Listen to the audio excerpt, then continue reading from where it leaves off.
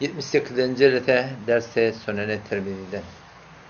Elhamdülillahi Rabbil alemin. Ve salatu ve selamu ala seyyidina seyyidil enbiyayı vel mursalin ve ala alihi ve sahbihi ecmaîn. Öten akşam İbn Abbas radıyallahu anh tefsir hadisinin açıklaması değil ki Peygamber Huda aleyhisselam bilen birlikte eşeğe minip gelýärler, at ulağa minip gelýärler. Adam yumruk qalaq oğlan Peygamber Huda aleyhisselam ona ya gulam, ey oğlum, ey oğlancık deyip bir kelimat-ı muhabbetamize Arap dilinde şeýle bir elfazların özünden kişilerine ne ediliyor? Hitap ediliyor oğlancıklara. Adam şoňa Peygamber sallallahu yüzlenip şeýle inni uallimuka kelimat. Ne sana bir näseni kepe öğretecek? Şonu gaýym tut diýip aýtdy. Öten asam şunu tüne böyle gurrum boldy ki ihfazillah yahfazka. Sen Allah Teala'nın aydanını gori, Allah seni goriyor. İhfazillah tejidu tujahaka. Sen Allah'ın aydanını gori, Allah'ın aydanını öğrebol, Allah'ın şeriatını gori, sen Allah'ın mededini, nusretini öz öňünde tafardyň diýip de Peygamber Huda sallallahu aleyhi ve sellem ördeni dadı boldy. Niş arada Allah Teala'nın aydanını gorimaklıkta bir bolýa zahir amalymyz dogurlamaly. Allah Teala'nın aydanını gorimaklyk näme namazyna gaýym bolmaly. Namaz jamatyna gaýym bolmaly. Öz dogan gardaşynda sele rahma şoňa gaýym bolmaly. Üçrüň mota gaýym bolmaly, zekatyň mota gaýym bolmaly. Salamu aleykum selamga gaýym bolmaly. Halal lokma ýemeklerine gaýym bolmaly. Şoňa mendeş 24 sagatda denan oglaşyň hakyna gaýym bolmaly. Haýsy bir zady ki Hudaý Taala bilen Peygamberimiz aýdypdyr, şoňa gaýym bolmaly. Bu boldy zahiri amaly gaýymlamaklyk.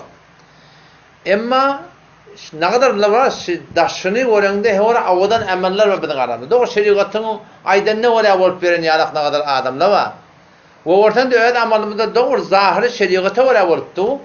Emma şu amalyň içinde eger ihlas bolmasa, niyet dogurluk bolmasa, ne namazdan peýda bar, ne aradan peýda bar, ne salawatdan peýda bar, ne Qur'an okuýmadan peýda bar, ne zikirden peýda bar. Hemşana ki Peygamber sallallahu aleyhi ve sellem aýtýar. Näme diýär? Men salla yura'i fakat eşreka. Namazdan kadar gawdat. İmandan sonra muhimterin de namaz. Emma Peygamberimiz näme diýär? Her kim göz için namaz okuýda Hudaýa şirk getirdi.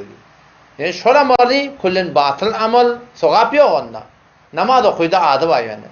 Bezen näde behterin amallar şu Peygamber saýdypdyr da ihfazillah yahfazka. Sen Allah Teala'nın aýdanny gori, Allah seni goriyor. Şu Allah Teala'nın aýdanny gori diýmekde hemşin daşy dogry bolmaly, hemşin içi dogry bolmaly.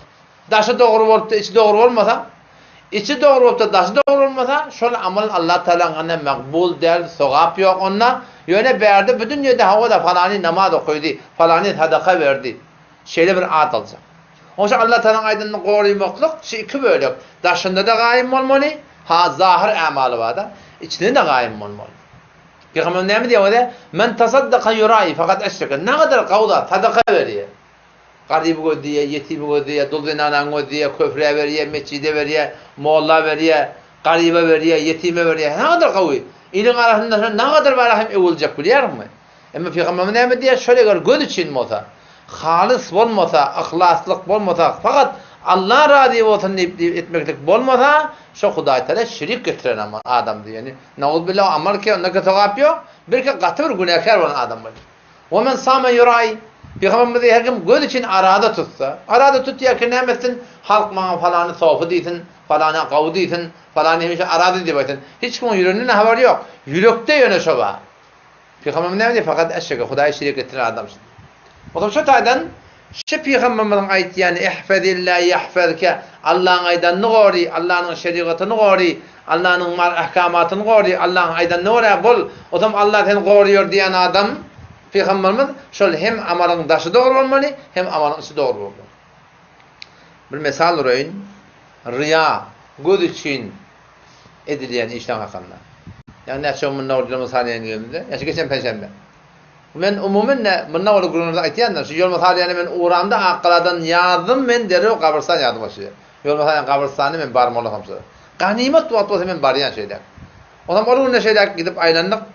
Onam dosorlan birine aýlandyk. O maňa bir wagya tädip etdi. Men hem diýdim, dogry ihlasyn mesaly diýdim. O da olan şoförün tarif etti ki hoca tayfadan, hocalardan falan adam ayrılı. O zaman men ne diye? Şu adışım edini içinde kabır başına gittim diye. Kabır kadallarına men de şu tada bolayın. Hem bir göreyin ne yapalım kadı diye. Hem şu bir hayır işe men ne bir koşulsaydı. Gittim diye adam ortam diye hebi bir şandan bir kemer yaptı diye. Bir yakın kardeş de diye. Taş karındaş. Hebi bir şansını köpneydi hoca. Hoca tayfadır. Yolma tadiyanın hoca tayfa. Men gen alim de yaş olurlar. 25 30 yaşayan olurlar. Öğlenmedik. Şu günlüğün ıssısına, susuzluğuna, o şu kızgınına kaburgadıma getiriyor. Yolma taliyanlar bir neşe var. O ne kadar hoş olum diye yaş olurlar. Kreysi, Tanrı'ya kızıl hantama olmani, hiçbir çeşimdaşt olmani, hemen türlü göktürlü kaburgadıma. Beter hoş olum. Ama kaburgat başladı diye. O sen hedef şöyle adamı, şöyle adamları, şöyle cavanları, şöyle amalları abuda söylemeyen adam mıdır mı? Hem şöyle adamlar kavule falan kaburga diye. Kreni de kadanak, soğağına diye. Gece de olsa teyyar, günlü de olsa teyyar, kırgın da olsa teyyar, yağın da olsa teyyar, tozun da olsa teyyar. Ne olsa teyyar, şöyle adamlara bir khas ihtiram oluyor camiada. Falan kaburga diyen. Her vakit olsa şöyle haber verdi. Bu kabur kadıp başladı diye. O şu kırgın havan ısısına, kırgınlığına, emmanın diğer akıptı, öz koyrançılık, şu kadar zahmet çekipti ola, kıyınçılıklar bilen arana bir gurrun mali, pıç var, neyme? Hey, burada çıktı ortaktır ha. Ha burada olun. Hiç kim aytmalıdır ha. Men ortaktır ha, falanlar. Men ortam burada diye çok kadıp duruşuna kadıp adı, yeni etekten burada tantama. On etes burada tırk kete de, öde neyme dedi? Neyme dedi, neyme oldu? Şu yerden burada çıkmaklıktan umid edip kadıp doğurlar. Yol mesela hem kaburga derler özür eder ki. Yani bir tane zaman olursa sonra tataşıptır. Bu hüvisan hem kaburga derler özür eder. Yani bir tane zaman olursa gelip de koşuşuptur sonra. Ben dedim diye o bunun niyeti çıkarmaklıktan burada çıksa dünyanı maktatın kadıp doğru. Sevabın uğrunda abi. O men ama da sonra dedim o da aynı ahlakın metalısı. Bir ameli ki zahiren ne kadar kavi. Ne kadar bir merdum pesend, Xuda pesend, ne kadar bir sogaplı, ne kadar bir zahmetli, ne kadar avadan amal. Ama çünkü Xudaylık veçşönü yok. Aya şuna sogap verilir mi? Şu at ki camide diyen amallar da şöyle. Ortan avadan emin kabul olsun. Alttu, berttu, getiriptu, eltiptu.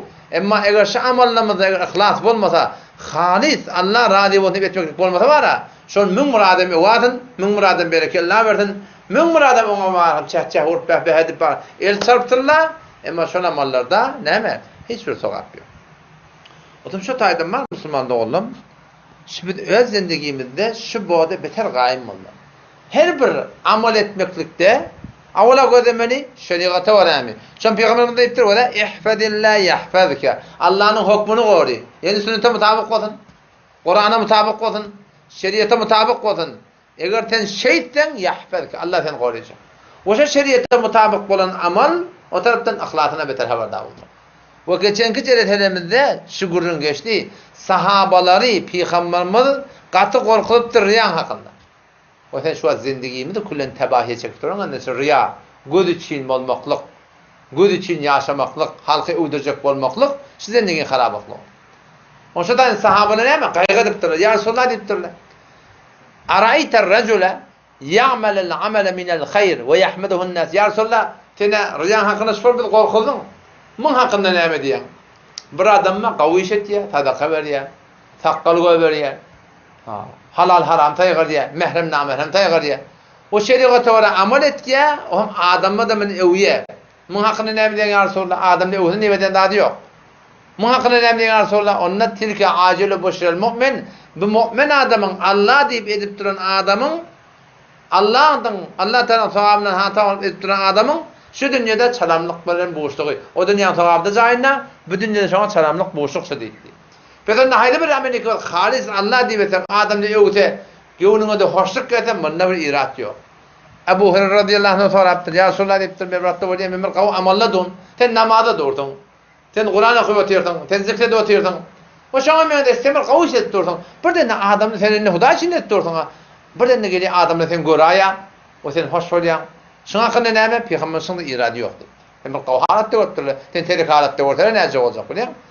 O zaman şu taydan sahabalar şecre kaygı diptirleşe amalları halis Allah'dan şüphe etmeklige. Amal kibayet doğru olmalı. Kavatlar hem Müslüman oluyorlar. Dünün ben posta vardım. Posta vardım. İki tane kıyıda olan adam ol yankı müzik saz aytırıp durdu. Ben berdim balı şonu söndürsen dedim. Ahım olan hormatını söndürdü. O men şu kulağına tiyan adam biliyem. Onun mecazlıydı. Ben başlamadım. Mecaz İrani bir dedi. Böyle irat yok yani hükümet icade verdir. Ben şu Kur'an icade verdim şu dedim.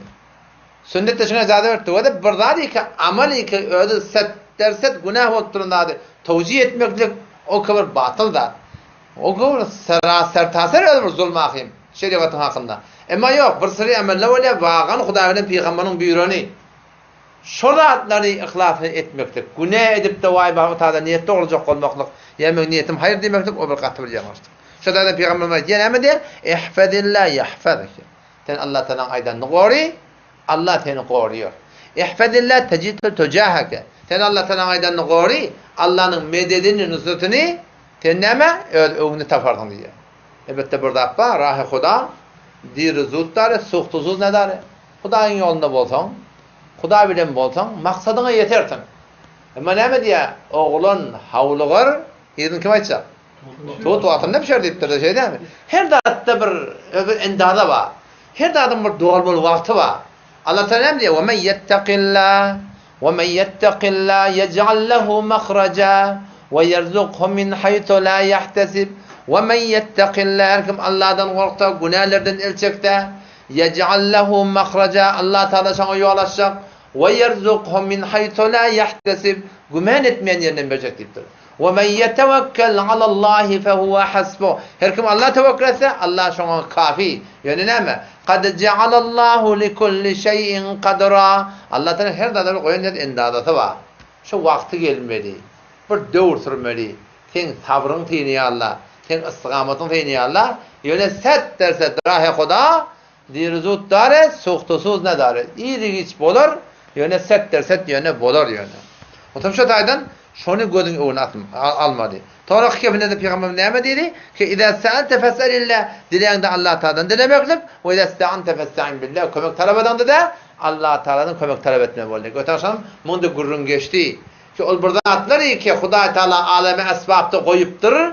Onu adamlardan dilemek doğurdu. Onlar dedi ki Hudaý Taala alemi dünýede esbapda goýupdyr.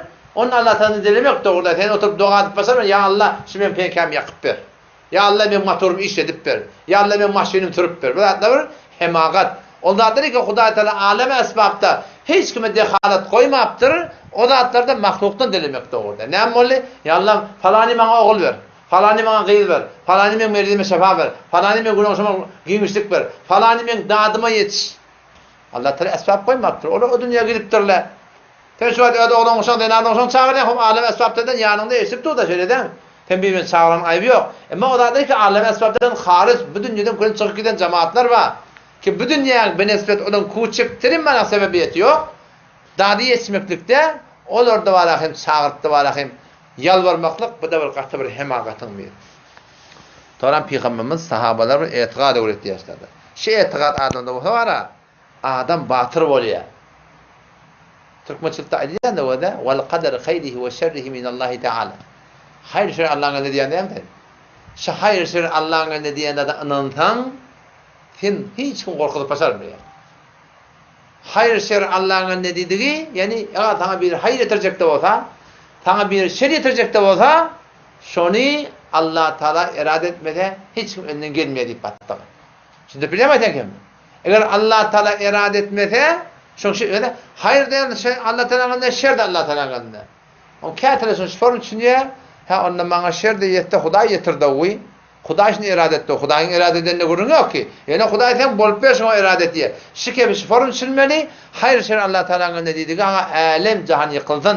Taňa hayır ýetirjek bolsan, taňa hiç kim hayır ýetirip basarmaýar.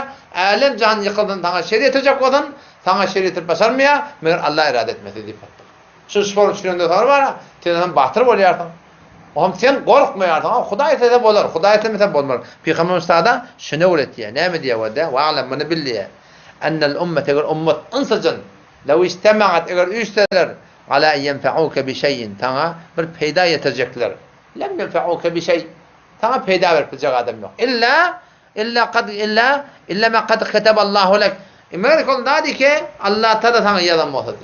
Allah yardım olacak. Ve istema'u ala yadurruke bir şeyin. Eğer şöyle üstler antıcın hemmeti ki sana deri getirecekler. Onlar lem yadurruke bir şey. Sana hiçbir deri getirecek ki kad kataballahu lek. Meğer ol bir dedi ki Allah Tebarek ve Teala sana yardım olacak. O şu düşün adamda olsa falan yerde var yamanlap dolu falan edecek oluyor. Allah istemese olmuyor da. Falani sana hayretecek ol. Yusuf dolu senin için doğuracak oluyor. Sen yüren Allah bilen bulundan sonra Allah Teala senin için ne yapacak? Asan edecek, düşmanların şerrini def edecek. Rufiatil aklam ve ceffetis suhuf diye. Kalamlar götürüldü, sahifeler kuğruydu. Allah diye ki bolmalı da Huday Teala mukaddere koyuptur. Şu tadan yüreği dine bir Hudaya vermek gerek inşallah. Adam şuna hadis-i İbn Abbas yerle o bir ağır bir tevekkülün yolu. Tevekkül dediği ne mi? Tevekkül dediği ay Hudaya tevekkül yürü Allah uğra veriyor. Bana doğru tevekkül değil mi? Tevekkül yerleri ol burada değil ki sen aleme esbabı dünyada buradadır ihtiyar edip o zaman Hudaya tevekkül etme. İnşallah Allah Teala tevfik verse ertesi gün gününü hadisen aytıp verelim. Vesselamu aleyküm ve rahmetullahi ve berekatuhu.